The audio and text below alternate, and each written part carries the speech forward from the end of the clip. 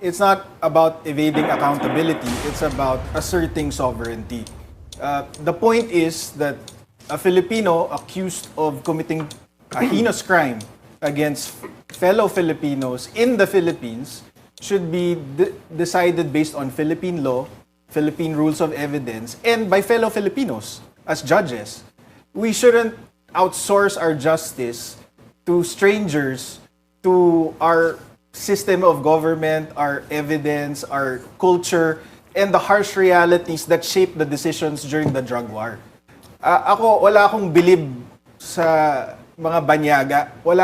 I've been following the ICC because I need to, because of the petitions for habeas corpus. Wala akong kabilib-bilib. Kasi nababasa ko yung mga decision nila, napakababaw, yung ebidensyang ginagamit nila, napakababaw.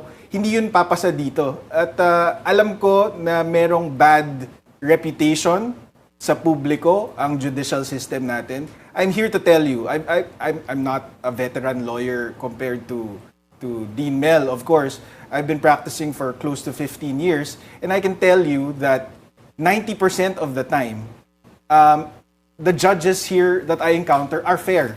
And they rule based on evidence. They're not influenced. They're not compromised.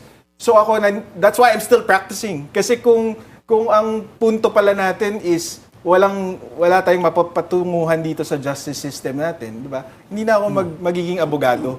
Pero proud akong maging Filipino lawyer because I know while our system is imperfect, it's working.